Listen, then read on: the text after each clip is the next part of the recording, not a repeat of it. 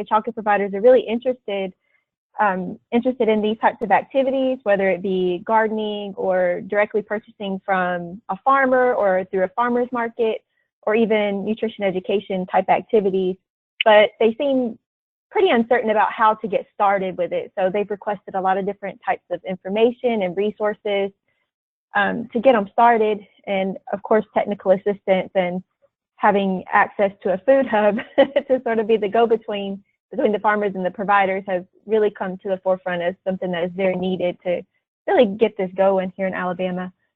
The ones who have already implemented different types of farm to ECE activities seem to all have had already a good experience, especially our family child care providers that have a garden and things like that where they get their children really involved. And then we've also disseminated an online and even a paper version of a needs assessment. We are having quite a bit of challenge with our response rates. So these next few weeks, we're going to really work hard on trying to get our response rate up and to get some more of those in. And kind of our next step where we're going with this is Jessica and the team, they're providing some incredible support to evaluate that data, evaluate the focus groups and the recordings that we made, and then to use what we've learned to create a multi-year state plan for Alabama around our farm to ECE work.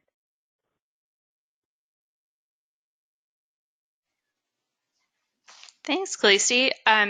We'll give just a couple, or open up for a couple minutes if anybody has any questions for Khaleesi.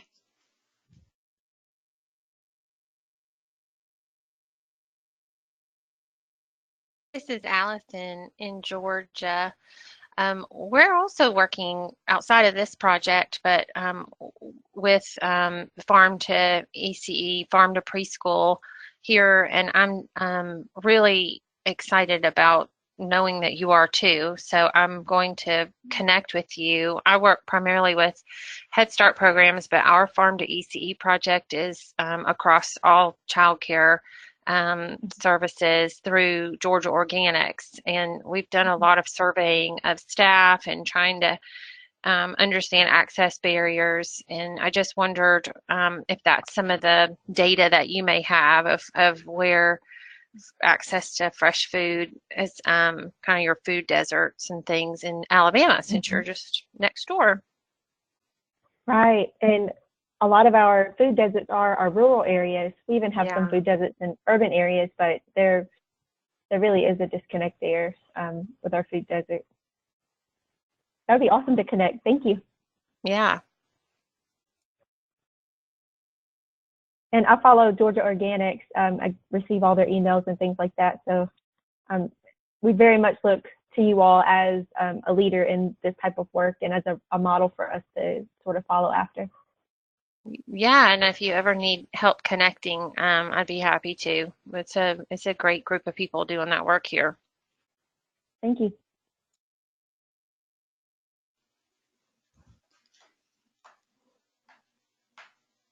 Any other questions for Khaleesi?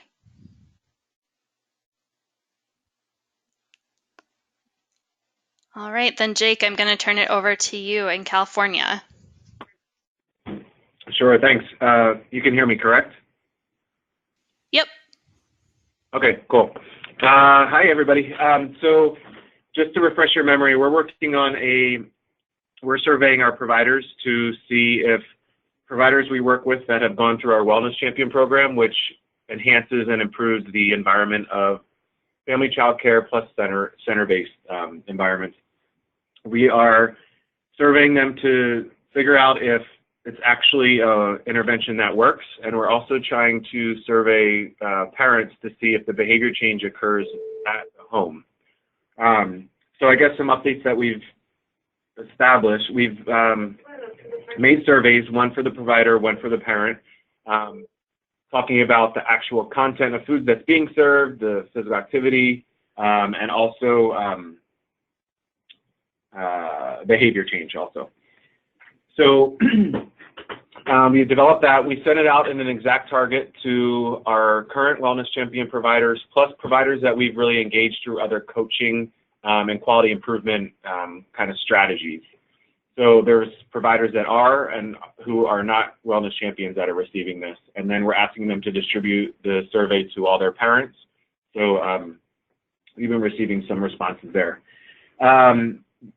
During the first phase of our initial email blast, we didn't receive too many responses, which was a little disappointing. So we spoke with Jessica and her team and figured to chat with our staff that is actually working with the providers on coaching and TA, and really, telling them the importance of this survey and how the data collection is really going to help to inform future work that we're going to receive, et cetera. So that happened, I guess, last week. So we've kind of seen a spike in responses there. So that's been really helpful. So right now we're just waiting on the survey. We've kept it open for another 2 weeks. So I believe we said October 5th was when it was going to close. We do have some incentives, gift cards, things like that, that we are providing in a drawing. And yeah, so we're just kind of waiting on the responses from that. And then Child Care Aware will be analyzing the data and helping us figure out kind of next steps and who we can, work with our current partners, or maybe even look to new funding opportunities to really use the data to drive some more work for us. Thanks, Jake. Anybody have any questions for Jake or the California team?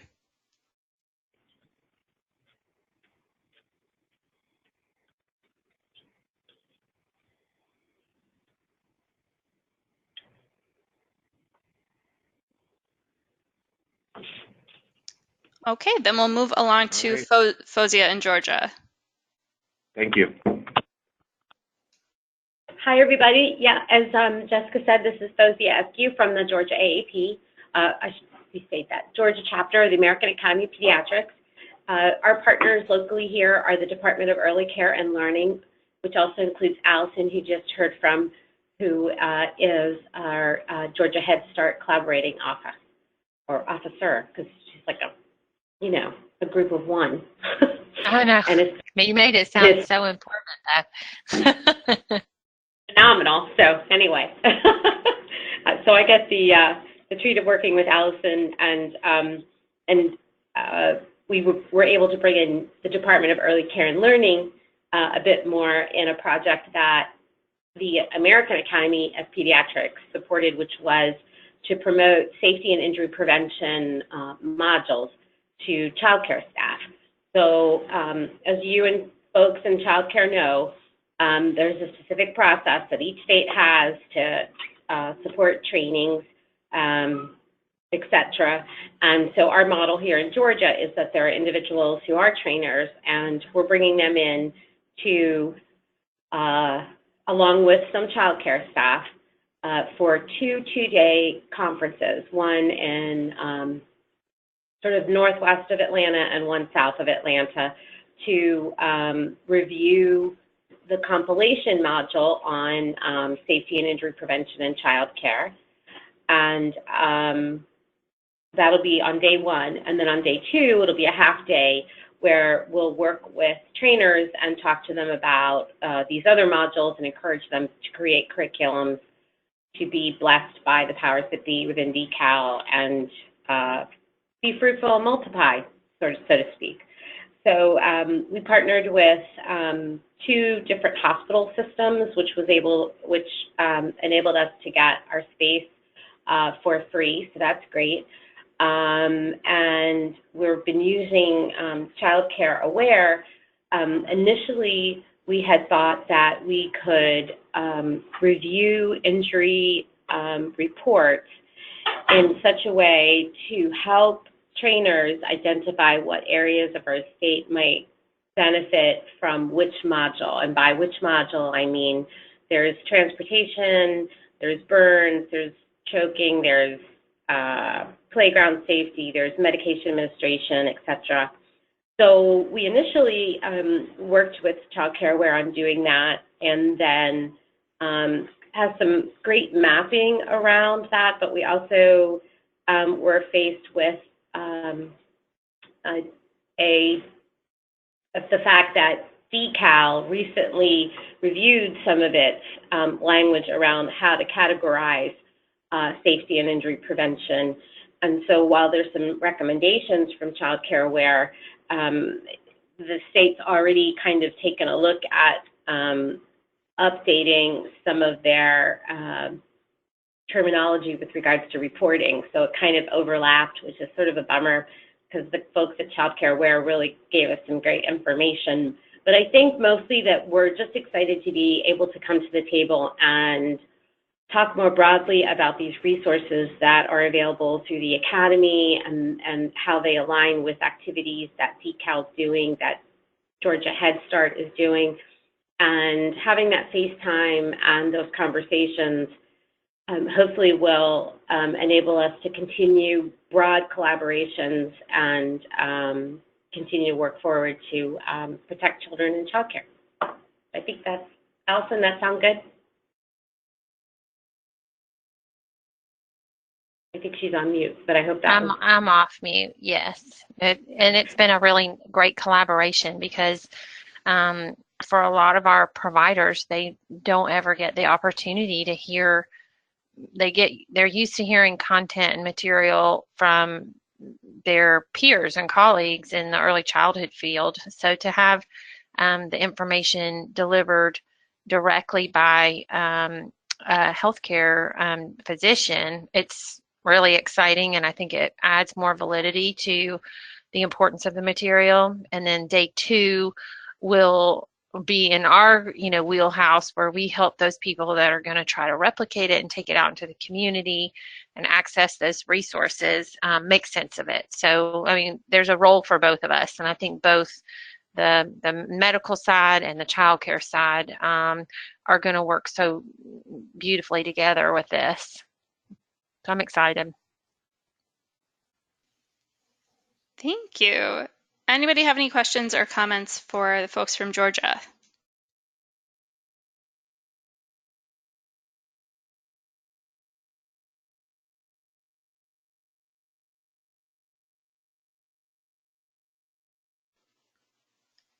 All right, then we'll move along to Dan in Illinois. Hi, this is Dan Harris, the Illinois Network of Child Care Resource and Referral Agencies, or INCRA. So thanks. I'm happy to be on the call and have the opportunity to update folks on what we've been up to with CCAOA around this effort. So just broadly speaking, what we're trying to do is get a better handle on the availability, accessibility of high quality, inclusive childcare. And so we've been gathering a fair amount of information, and ultimately we want to be able to map supply and demand for high quality, inclusive childcare throughout the state. Something that we, have bits and pieces of, but haven't been able to adequately or fully collate and be able to present in an understandable fashion. And so that's what we're setting out to do. I would also say, as sort of context, is that Illinois, this doesn't make us unique, but Illinois is generally speaking in the field of early care and education, is a highly collaborative state. And this project reflects that kind of collaboration. So, with an acknowledgement that families of children with special needs typically are touched by a number of programs and providers.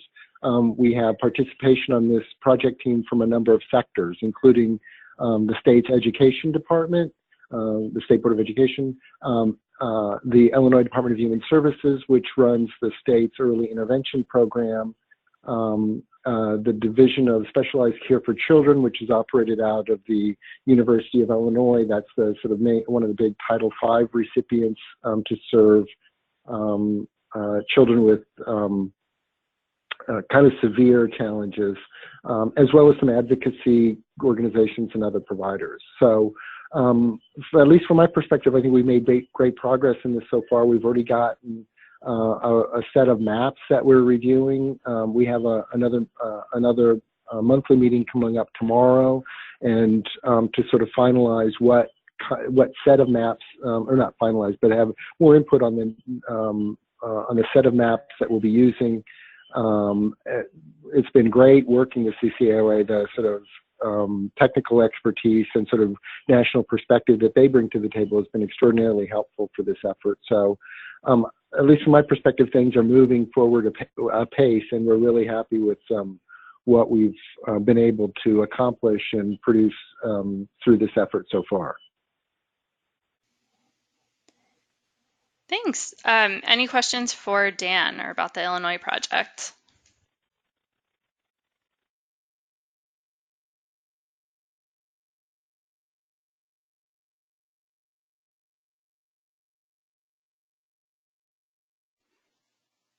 Okay, and as you can tell, we are very much in the thick of all of these projects. So I think by the time our last quarterly webinar comes along in December, after everyone has wound down their projects, we should have some really exciting products to share with everybody. So these project updates will be much more exciting, I would imagine, in December, but still great to hear what everyone's up to.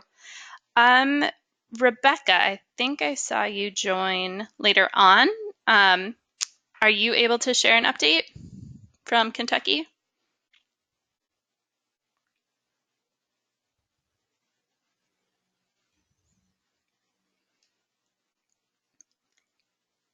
And Rebecca, I can't hear you if you're talking.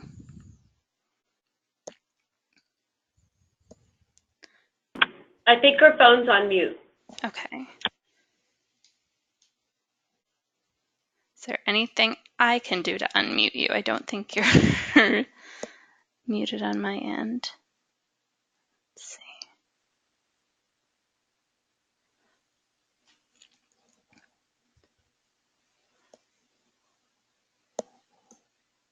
All right. Rebecca, we are going to skip you for now and we'll move on to Meredith just for the sake of time. And then we'll come back to Kentucky at the end and hopefully get the audio sorted out. So Meredith, can you share what has been going on in New York? Sure. Can you hear me? Yes. Okay. Hi. This is Meredith Chimeno. I'm the Executive Director of the Early Care and Learning Council. We are the state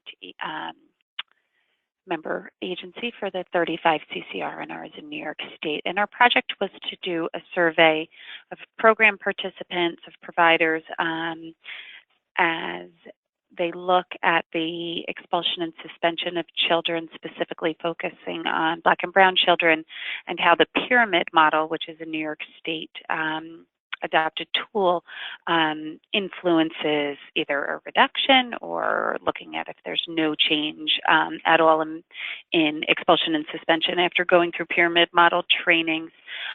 So a survey had been conducted a few years prior by a state agency, the Council on Children and Families, and they had a pretty good response rate where they looked at this change in knowledge, skills, and behavior after going through the pyramid model. And so then we, working with the state agency, made some changes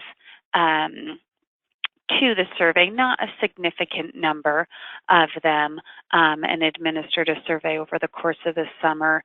As you can imagine, over the summer, our response rate was a little lower than we had anticipated, but we are hoping that regardless, the data will be effective and tell a good story about how the pyramid model can support positive behavior in the classroom, in turn reducing the expulsion and suspension of Black and Brown children. Anecdotally and simultaneously, we'd receive funding from another foundation to work on a business engagement and community engagement toolkit, really an awareness campaign about the inequity in expulsion and suspensions of minority children, and that was released on September 6th. So we are sort of in the process of tracking that and seeing how it has gotten some legs in the community. And we received another small grant just recently to connect the pyramid model to adverse childhood experiences, so that when when providers are trauma-informed and our CCR and our network is trauma-informed, the support from trauma-informed care resiliency strategies will also enhance the pyramid model. So we are moving along, and it kind of all came together with a variety of different projects. We're really pretty happy.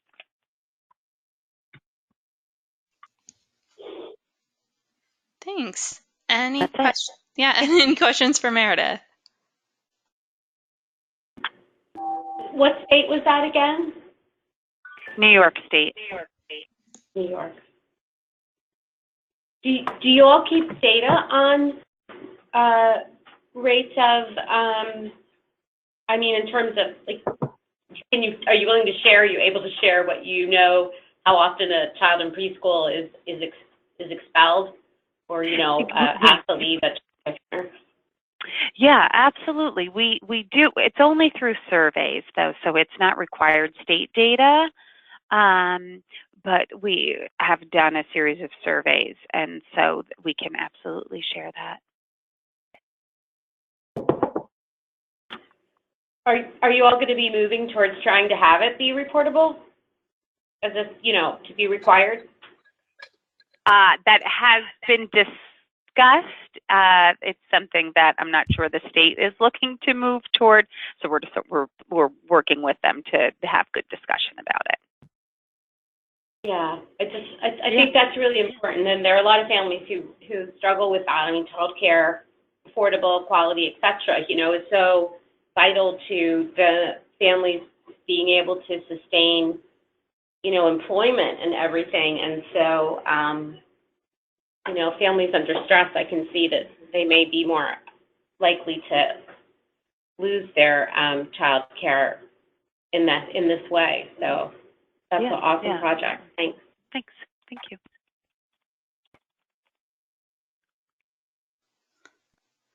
All right. Rebecca, we are going to try one more time and see if you're able to get yourself off mute and share what's been going on with Kentucky. Okay, I called in. Can you hear me? Yes. Okay. Yeah, I don't know what is up with the computer. It won't let me unmute. It says I'm unmuted, but whatever.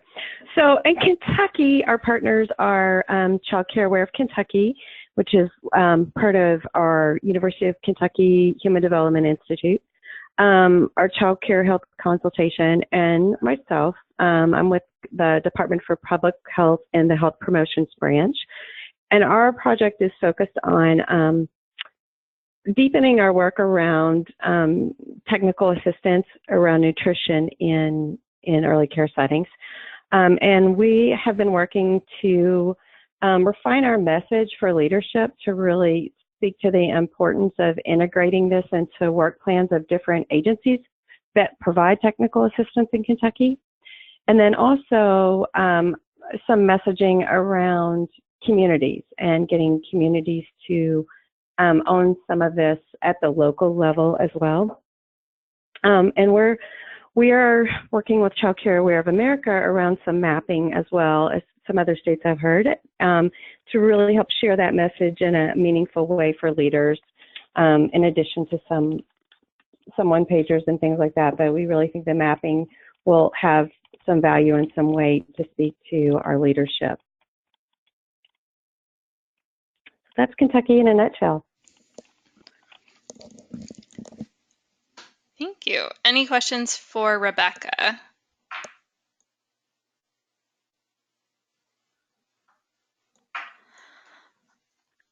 All right. Well, thank you all for those updates. I'm recording this webinar and I'll share it out, and I'll share out my notes as well. So you've got a running list of that and should have everyone's contact information in the follow-up email as well if there are people that you want to reach out to with questions after the webinar. But now we're going to switch it over to Adrian. And Adrian, I'm going to make you the presenter. Jessica, if I may Sure. jump in, I just wanted to share something that folks that might help with regards to the New York project. We here in Georgia, we did do some work around toxic stress, trauma-informed care within Head Start. And one of our partners was Dr. Shanta Dubé, who is an associate professor within the Division of Epidemiology and Biostatistics at Georgia State. But previously, her work was, she was an early investigator on the CDC's Kaiser Adverse Childhood Experiences study. And so we were able to work with folks in public health to add questions around ACEs to our BREFIS survey. And BREFIS stands for, I'm gonna just not know this right off the top of my head, but it's really, it's behavioral risk factor surveillance system, so it's more around school-age children.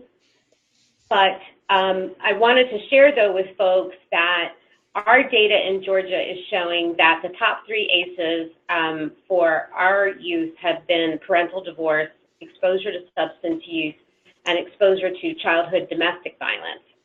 And so essentially 1 in 5 adults has been exposed to childhood domestic violence, and it was the 3rd highest, but it's also often more hidden in ACEs. So I just wanted to encourage folks, I know this is a child care group, but you may have partners within public health around that behavioral risk factor surveillance system survey, and might be able to broaden the communication around ACEs and the importance of trauma-informed care, whether it's in healthcare or childcare or schools, you know, more broadly, because it has such a significant impact in our children. So thanks, Jessica, sorry. Absolutely, thank you for sharing that.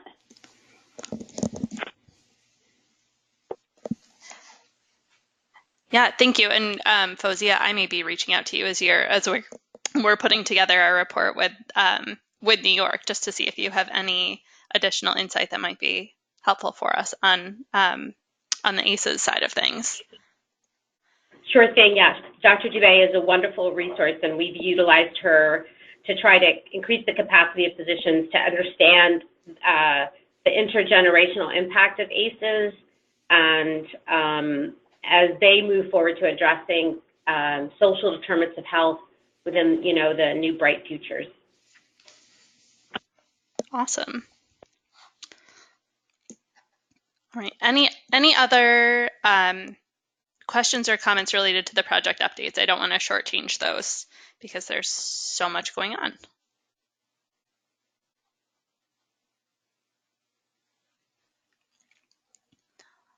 All right, then I'm going to turn it over to Adrian. If you'll recall at our symposium meeting, for those of you who are there, we asked you to sort of rank your interest in some different topics. Program evaluation was one that came up near the top, and it's something that's certainly come up in several of our Healthy Childcare, Healthy Communities projects. So Adrian has been listening in to what you're all up to. I gave her sort of a briefing last week on what the different projects are and what I thought might be useful for all of you. But she's going to give her presentation and I think share some time for questions as well. So Adrian, it is all yours. Okay, hello everybody. I just want to confirm that you can hear me okay. So if I can just get a yes that you can hear me. Yep. Okay, great. And then I also want to confirm that everybody can see the screen right now. I can. Okay, great. Thanks for allowing me to listen in this morning and to be on the call with all of you. Basically, for this quick overview, we'll just spend about 20 minutes talking a little bit about evaluation details and opportunities and considerations in the early care and education setting. And then, as Jessica mentioned, I'll make sure that there's time at the end to ask questions, but please feel free as I'm going along here to ask questions as well. Just a little background on who we are. We are actually located in Arizona, and we've been fortunate to work with Child Care Aware on some evaluation aspects of healthy childcare, healthy communities. So we're somewhat familiar with many of your projects, and some of you may have worked with us previously on those efforts as well. But what I was really delighted to hear so far on the call this morning is all of the different ways you are already incorporating evaluation into your work. I heard surveys and mapping and focus groups. So you're doing a lot already, and there's lots of opportunities. So I'm mostly going to focus on the who, what, where, when, why, and how of evaluation, especially, again, like I mentioned, unique to that early care and education setting. Evaluation is daunting, and, you know, degrees and lifelong courses, so by no means will we get into you know, the nitty-gritty of this within 20 minutes, but hopefully we can give you some things to think about as well, too. So for those of you that are Game of Thrones fans, you might appreciate this image that I have here, but most people, when you hear evaluation, it's something that people grunt about or totally zone out about. Some of the things that we hear is people say, oh, it's dull, it's boring. Some find it overwhelming. Others appreciate it but find it time-consuming. So I just wanted to ask all of you, when you hear evaluation, what are some of the immediate feelings and thoughts that come to mind? And feel free just to share your thoughts via phone, or you can even type some of those into the chat box there too. So I'll give it a minute to hear what your thoughts are.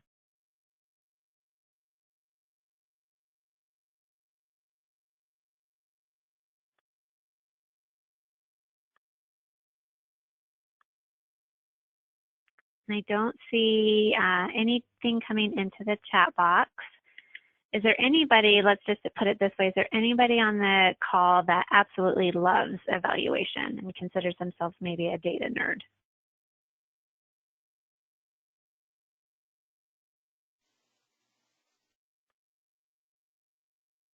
I'm not getting any responses on that either. So we're going to assume that you are like the majority of the population out there, which, you know that this is important, but also find it overwhelming as well. And that's, you know, that's not uncommon. And so my hopes is that I give you a few things to think about here that will make it maybe not so daunting and a little bit more interesting, and something that you can incorporate into the collective work that all of you are doing as well. When we think about why program evaluation is important, it is extremely important because it assesses the effectiveness of what you're doing. So oftentimes we hear when we're working with program partners, you know, anecdotally, they say, well, we know that people respond well to this or that they like this, but nothing's being tracked or measured to truly know that. But it's also important to inform decision making. And I heard you guys mention that when you were giving your updates this morning, that you know, you intend to look at the surveys and different things that you're doing to inform your work moving forward. And that's really, really important. Oftentimes people sometimes are afraid to evaluate because they don't, you know, we don't want to know what we don't want to know, or they're afraid that they're going to hear or find out something bad. And I like to always remind folks that it's okay to hear the bad things or the things that are unexpected, because that's what makes your program even better as well too. And you need to know if what you're doing isn't having the effect or the impact that you intended it to have, so that you can continue to incorporate some of that continuous quality improvement into your work moving forward. And then very importantly, of course, is transparency. Whether you're a state government agency or a nonprofit, funders want to know that what they are funding you to do is having an impact or is moving the mark. And so especially for transparency and funding, and even funding justification and support moving forward, you can use your program evaluation data and future grant reports and applications to really make the case as to why you need to get certain programs or efforts funded in your line of work.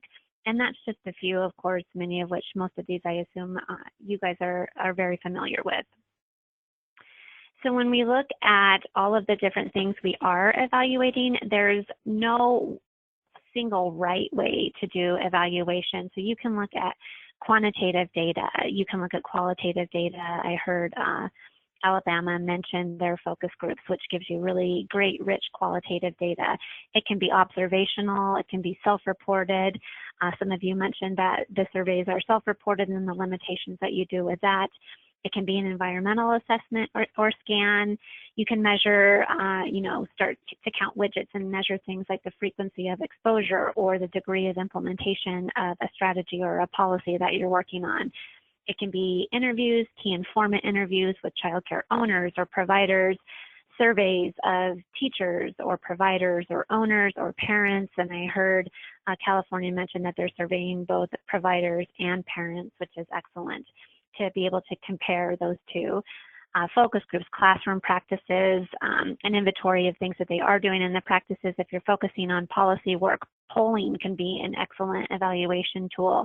And then, of course, just evaluating the process and the process outcomes that you might be looking at as well, knowing that what you're working towards is takes a lot of collaboration. And in collaboration, sometimes the best things that you can measure are process.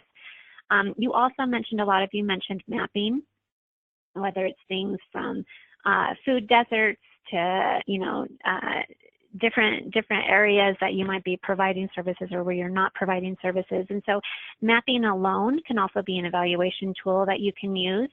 It's very visual. It's very helpful to hand out to decision makers to identify where there's gaps in services or different aspects of the work that you're doing. And other things that you can look at that can inform your evaluation might be national and state surveillance systems, which look a little bit different in every state as well too, but that can also give you an idea of numbers. Really important to think about and consider is who you're evaluating. So knowing your audience or your target, whether it's parents or teachers or childcare owners or community partners. And I heard some of you mentioned on your updates as well, maybe not getting as many people to participate as you'd like. But California also talked about offering incentives, and we know that incentives work to get people to participate. And a little bit more time consuming as well too might be sending yourself or students in to actually do the survey with people. Like if you just drop surveys off or if you send out a link, sometimes you won't get the completion or the impact that you want. But if you physically go out and kind of walk folks through the questions and do it very quickly with them, you can get a little bit more greater participation, but that can also be a little bit more time consuming as well too. But basically, the type of evaluation that you choose to implement with respect to your strategy or the program that you're doing really is going to be dependent upon who your audience is and the change that you want to see. And so that takes us to the outcomes. Sometimes people jump to the long-term outcomes in terms of what they're measuring and what they want to see, and then they forget to track all the small things that are leading up to that. And so I listed just a few potential short-term outcomes that you might measure, working towards those medium-term outcomes, and then the long-term outcomes. So the short-term outcomes that you can quickly assess a change in based off of the intervention might be knowledge, access, support, skills, attitudes about something, ultimately leading towards those medium-term outcomes, which are the behavior change or maybe those social and built environment changes or those policy changes. But we also know that sometimes those policy changes and those built environment changes can also become long-term outcomes as well too. But all of these eventually build off of each other in terms of that longer-term outcome that you want to see a change in, which is typically an increase in something or a decrease in something. So let me just pause for a moment right there and ask what questions you have so far about these outcomes. It sounds like this is already what you're looking at based off of your updates this morning, but what questions can I answer for you about these before I move on?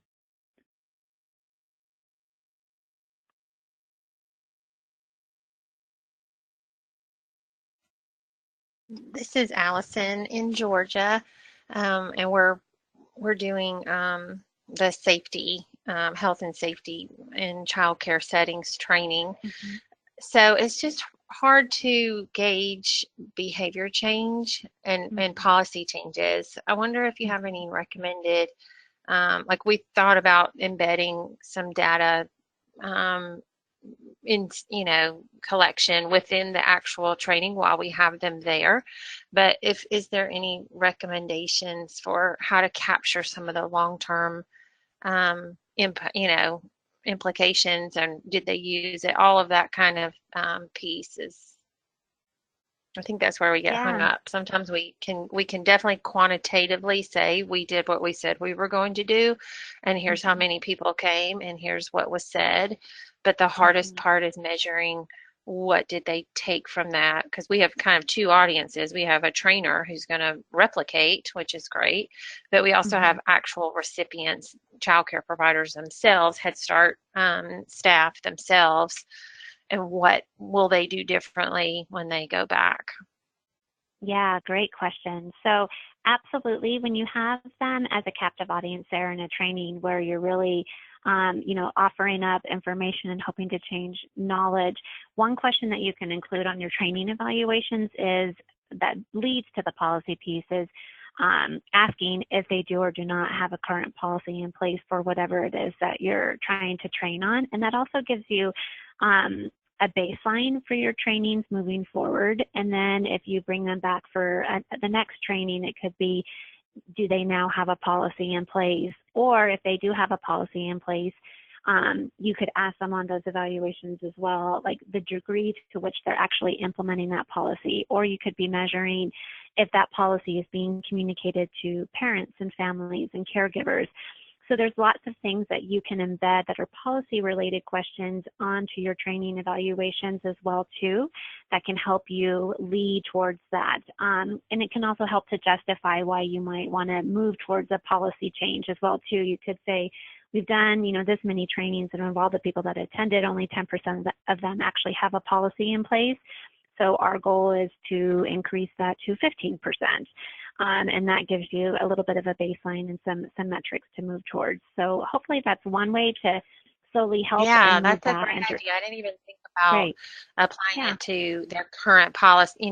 Do you even know your current policies? If do you know your how your agency or your program is supposed to handle some of these key pieces that we'll be covering? So that's a great idea. And then for those that we don't see again, we could even do a follow-up email and say, maybe 2 or 3 months later down the road, since the training, have you been able to implement any policy changes or behavior changes within your agency, or have you shared this information with families? And if so, how so? And just see what information we get back.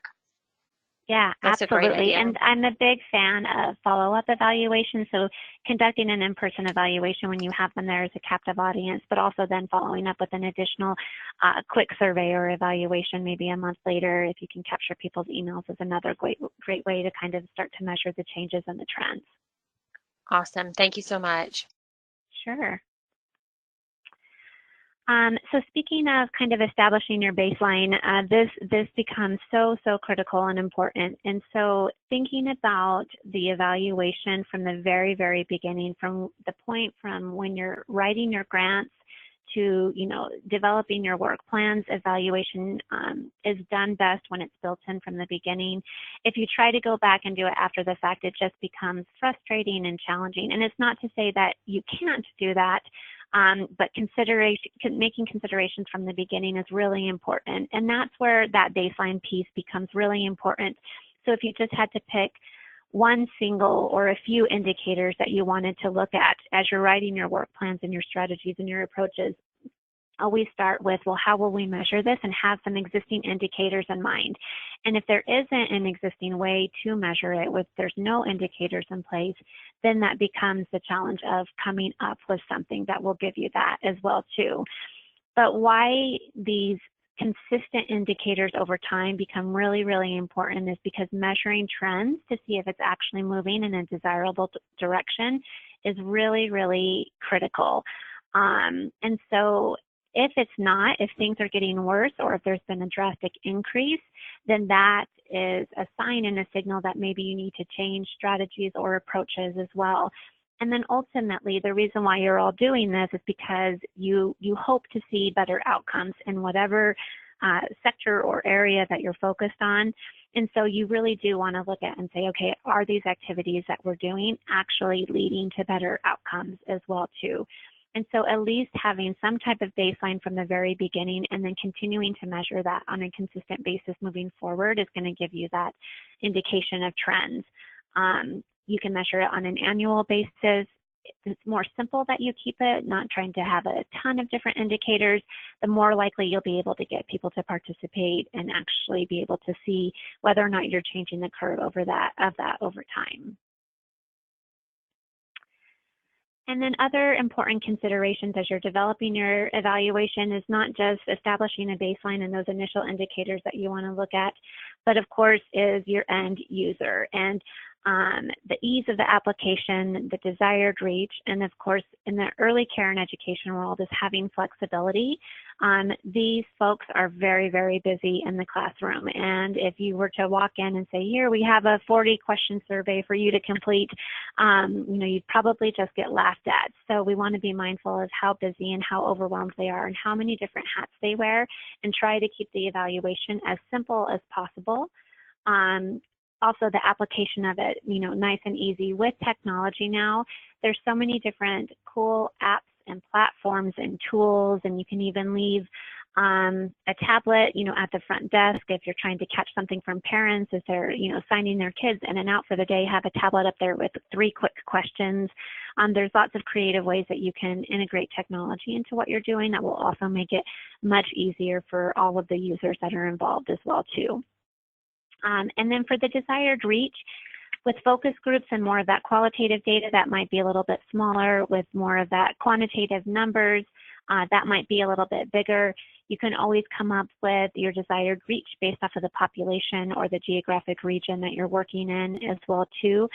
But there's lots of different ways that you can go about that, but you definitely want it to be meaningful. If you're just reporting on outcomes from, less than 10 people, it's fair to say that most epidemiologists and evaluation teams will say, well, that's not going to necessarily translate to the larger population. So if you're looking to scale your efforts across a region, the greater your reach, the better and easier it will be to be able to scale that as well too. And then most important, I'd like to say, is sometimes if you are a data nerd like myself, you might consider different questions and things that you think would be very interesting to know.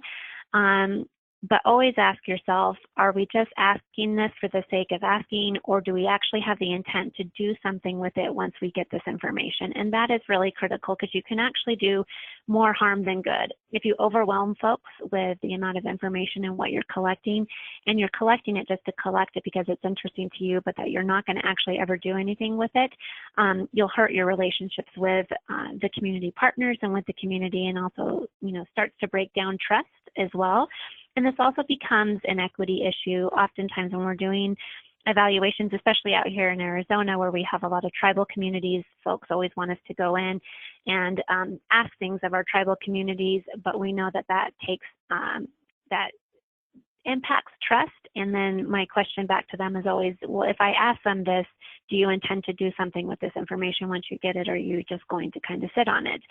And so I would say always ask yourself that multiple times in every setting that you're in, whether or not you are asking just to ask, or if you actually intend to do something with that information that you're collecting and that you're getting.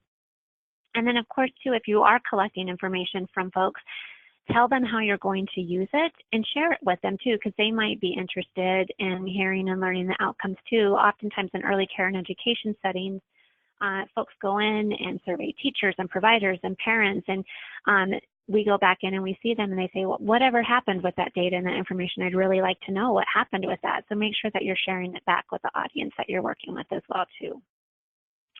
So I'll leave you with just some final resources here. There's so many different resources out there. Most of how we evaluate and do our work, because it is so public health centric and focused, is based off of the evaluation framework from the CDC. And then I know some of you are specifically working on food and activity related. So they do have a resource there for obesity related strategies in childcare settings as well that you can pull from. And then some additional resources, of course, the NAEYC position statement on evaluation, Healthy People 2020 as indicators, county health rankings, of course, specific to your state and your county. And then Center for TRT has some great evaluation aspects in the early care and education setting for lots of different areas. And then specifically, if you're working in nutrition and physical activity, of course, there's the knapsack information, which I'm sure many of you have seen and used. And then don't be afraid to dig into your local data sources, which might be anything from vital records to information from your state health departments to child care licensing. Oftentimes there's tons of local data resources, and like I mentioned, even local surveillance systems that are being developed as well too. And then if you do feel stuck at any point, don't be afraid to ask for help in how you're designing your evaluation. Most importantly, if you are doing surveys, making sure that your questions are valid and framed in an appropriate way. The best people that can help with evaluation, especially if you don't have funding to support and pay for evaluation, is oftentimes local research institutions, and then your public health epidemiologists can be a wealth of information and knowledge that you can reach out to. And of course, always pulling from PhD and grad students when possible. Usually they're hungry for projects like this. They love working in the ECE world because it's fun with the little ones, but they love projects like this, so don't be afraid to ask for students. So with that, I wanted to open it up to you for any questions that you might have. So you can type in the chat box or just go ahead and speak.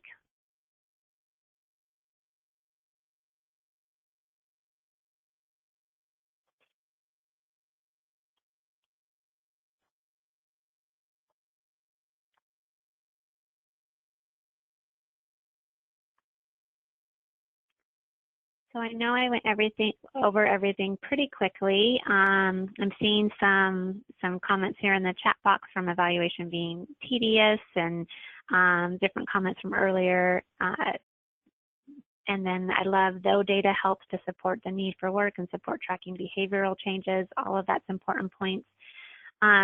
If you do have questions after this, my email is listed there on the screen, and you can feel free to email me. We're happy to help, and most certainly we appreciate the work that all of you are doing across the nation in the ECE world. So I'll turn it back over to Jessica.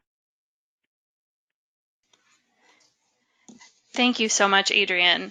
I am many, many years removed from my last program evaluation class, and so this has been a really helpful update and refresher. And I think having the specific ECE perspective on it, I hope is very useful for those who are on the webinar as well. I know that it is for me. So does anybody have any remaining questions either for Adrienne or anybody else on the call, questions or comments that you'd like to cover while we are all here together for 5 remaining minutes?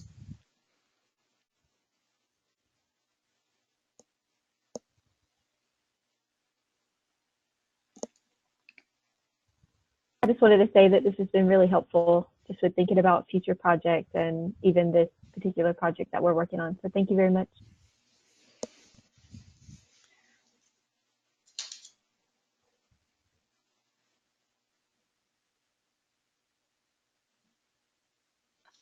All right. Well, thank you all so much for joining us on a Monday afternoon. It's been wonderful to hear from all of you.